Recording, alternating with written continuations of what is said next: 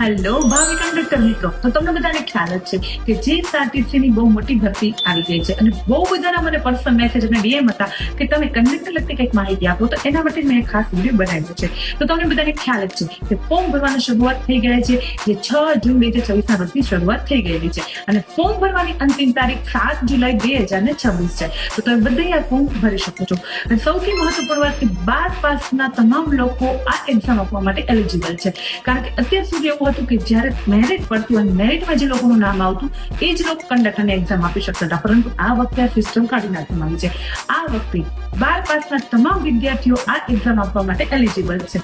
સૌથી મહત્વપૂર્ણ વાત, ફર્સ્ટ એડ લાયસન્સ કમ્પલસરી હોય છે, પરંતુ આ વખતે કંડક્ટર લાયસન્સમાં છૂટછાટ આપી છે. હા, એટલે કે કંડક્ટર લાયસન્સ કઢાવવું તો પડશે જ, પરંતુ ફોર્મ ભરતી વખતે ફરજિયાત નથી. જેની પાસે નથી એ લોકોને સ્કીપ કરીને પણ ફોર્મ ભરી શકે છે.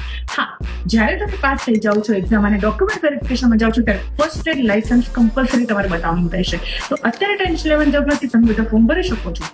મહત્વપૂર્ણ બાબત કે આ એક્ઝામમાં તમે પાસ થાવ તો તમે 5 વર્ષમાં ફિક્સ પેમાં 26,000 સેલરી આપવામાં આવે છે. તેમજ તેની વય મર્યાદા છે ફોર્મ ભરવાની 18 વર્ષથી લઈને 35 વર્ષ.